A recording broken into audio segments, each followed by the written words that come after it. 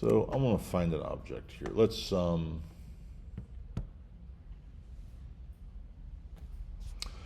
this. I'm going to go online here real quick. Go to Chrome. And I'm going to look for an 8-ball.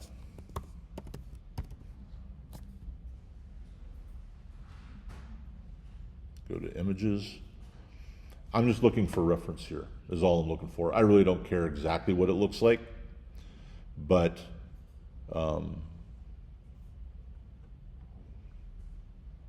let's just grab, I'm just going to grab this one. So, and I'm just going to right click on it and copy it.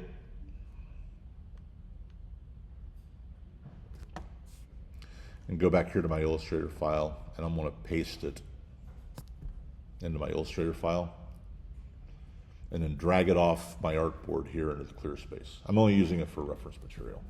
All right? You can do this part or not. This is a pretty simple object, so you can follow along even if you don't have it. I've got the reference up there. You can always use it if you want to. But all I want to do is create an 8-ball. Just a simple black and white piece of artwork, nothing crazy. So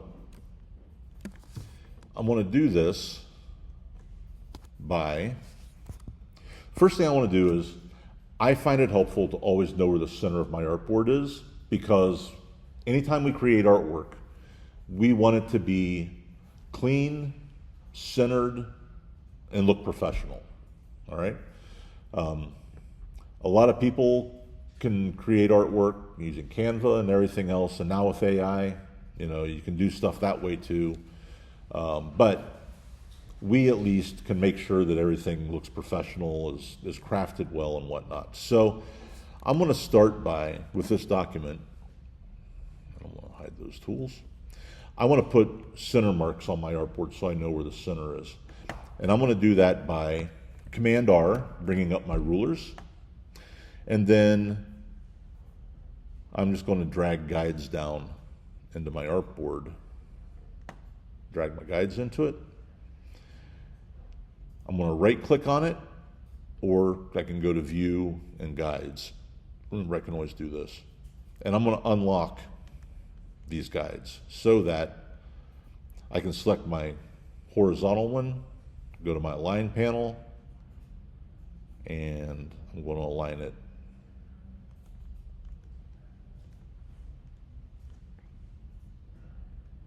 vertically. I'm going to grab the other one, and I'm going to align it to the center of my artboard horizontally. Those two guides are exactly in the middle of the width and the height. And now I'm just going to right click and lock those down. So I know where the center of my artboard is.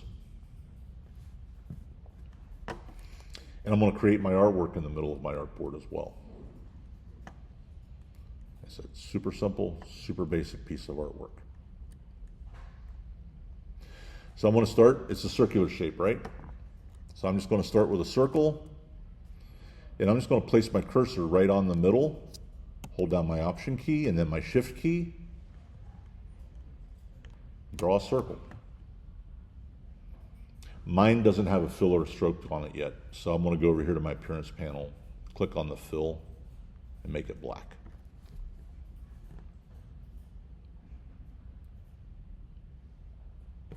And it's right in the middle of my artboard. So here's kind of why I always center my artboard up though. If I had drawn it and I was off center up here somewhere, I can still align it to the middle of my artboard this way with my align tools. Oops, this one.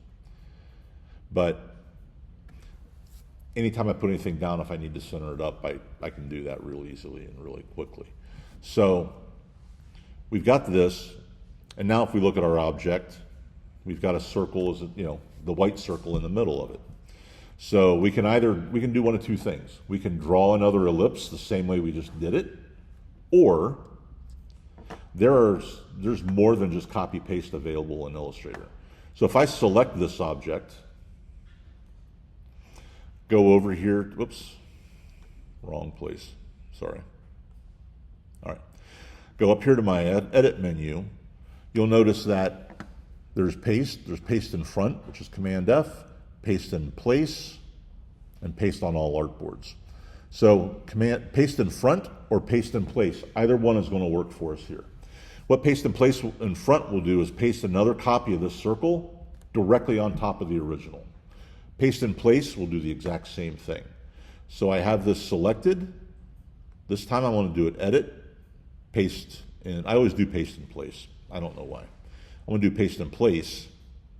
Whoops, I had the wrong thing selected. And I forgot to copy it. So I've got this selected, edit, copy. Now I'll do paste in place. And you can see that if, real quick, I've got 2 copies of it now. But this new copy, I'm going to make white. So I'll go here to my fill. I'm going to make it white. And then I'm going to, with my direct select tool, or my selection tool, sorry, go here to the corner, click on it, hold down my Option key and my Shift key, and scale it down. I'm just using this 8-ball for reference. I'm not trying to replicate it exactly. I actually want something fairly simple and basic, so I've done that. So far, so good, right?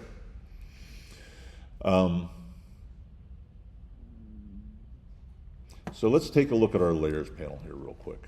If I go over here, and actually I'm going to rename my layer to artwork, or I could call it 8-ball, I guess.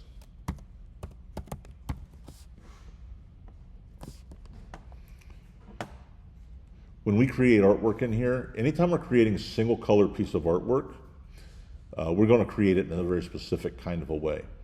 So I showed you, if I do Command Y, that each object is a path, right? It's a single path. This is closed. It's all one element. Same thing goes for a square or anything else.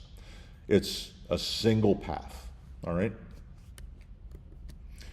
There are also in Illustrator what are called compound paths. And what a compound path is it is an object in Illustrator that's made up of 2 or more overlapping paths that basically Illustrator will treat as a single object, as one object. So right now what I've got, these paths overlap, all right? But if I take a look under my 8-ball menu, or layer, you'll see that I've got, I'm going to hide my guides. You see that I've got 2 different ellipses. And if I, just real quick, I'm going to select each one of these and just drag them off just to show you. Drag them off to the side. It's a white shape on top of a black circle. This is not, when we create a piece, any of our tracing exercises, they have to be compound paths. This is not a compound path. What is a compound path? Let's put that back on the, undo that, put it back on the middle. Let's create, I'm going to duplicate this artboard, make another copy of it. So grab my artboard tool. I'm going to hold down my Option key, and my Shift, and just drag it over here, and that'll duplicate my artboard and its elements. What I actually want to do here is actually basically punch this white area through the black area. And I'm going to do that with my Pathfinder tools. So I'm going to select both of my objects, and I'm going to go right over here to minus front. Sure doesn't look like it changed at all, does it? It looks the same. But if we take a look at our layer menu, here are the ellipses that are on artboard 1, but here's the shape that lives on artboard 2. And notice that it's labeled as a compound path. And the difference is, now if I grab both of these, drag them down over top of this edge, there's the difference. This is what we're always trying to create right here. Generally not this. Illustrator recognizes this as a single path and as a single object, and it's as a single path, even though there's more than one. If I go back to my preview mode, they look the same. It's hard to tell the difference. This is why I always show you the layer menu and how to recognize them that way. They look the same otherwise. They're black and white images, you know? But if I want to change, let's say I want to change the color here. I want to make this black. And I only have two objects, or I want to make it red. I only have two objects here. This is a uber simple, exaggerated example. But if I select this object, go to my properties, go to my fill, and change it to red, it changes everything.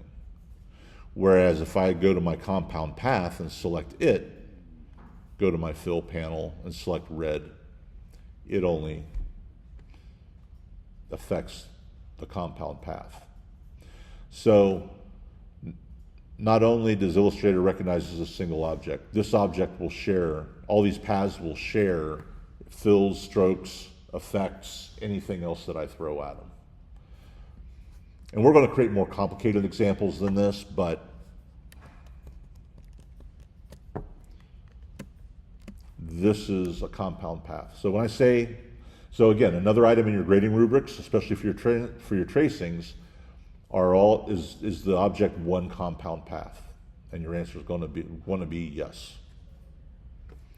And when we do our first example, when we do our first exercise, we'll do all these things and you'll see it. But I can continue building on this compound path as well if I want to. So I'm going to, those objects were overlapping. Using a pathfinder to do the minus front made the most sense. I need the number 8 inside of this, right? So I'm just going to go grab my type tool, click in the middle of it, type in 8. And I'm just going to scale this up manually by grabbing my direct select tool, clicking on, if I zoom in on it, I'll click on the little bounding box and scale this up. I don't care what the typeface is, to be honest with you. I want to create a piece of artwork out of this, though.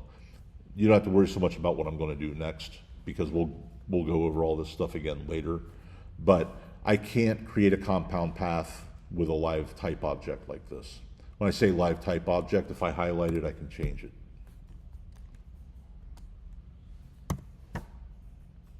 So I want to create outlines out of this. And if I go to my type menu, create outlines, that'll turn this into a shape.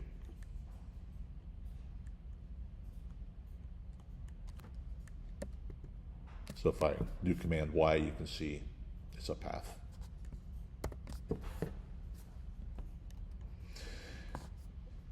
And now, my number 8 is actually labeled as a group. So I actually want to incorporate this into my compound path. So if I select the 8 and I select the ball, both, I'm going to go to my object menu, and there's an object at the very bottom that says compound path, and I'm going to make it.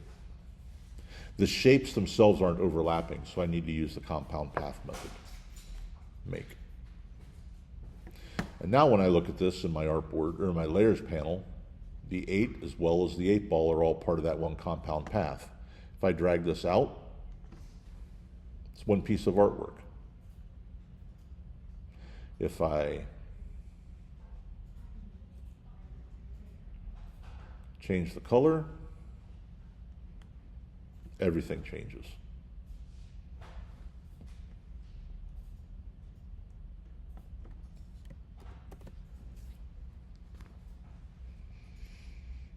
Fairly simple example.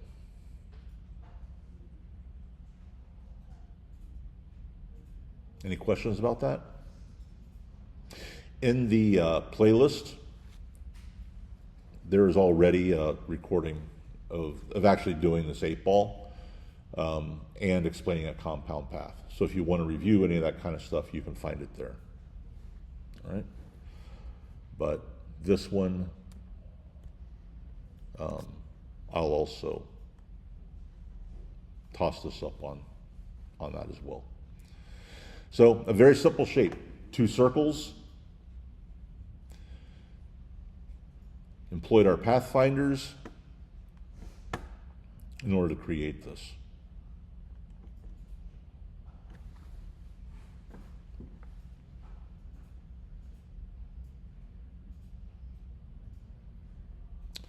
All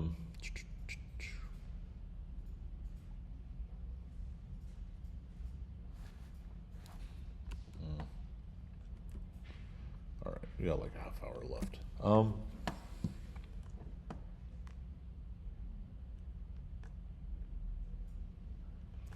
I could also delete my reference image. So no questions about that? We all good? Okay, it's pretty simple so far. But really everything that I covered gets us through the first two projects, first two tracings. So actually, they'd probably actually get us through the first three, to be honest with you. So, you know, a couple of things that we really want to avoid doing. All of the objects that we create to start with are pyramid, the church that we're going to do the tracing of, the maze. We want them all to be filled objects. We don't want to use any strokes to create those, and we always want to avoid those kinds of things. So, you know, that's worth making note. It's also another grading item in the rubric, that there's no stroke paths anywhere. So, but we'll, you know, as we do that first exercise, we will look at all of that. All right. So why don't we start our tracing? And I'm going to get you started with it and probably let you take over. I'm going to get it going, and then, like I said, it'll be due probably at the end of class. We'll probably use the first part of class to finish it up, and then we'll move on to the next topics. So, but I'm going to close both of my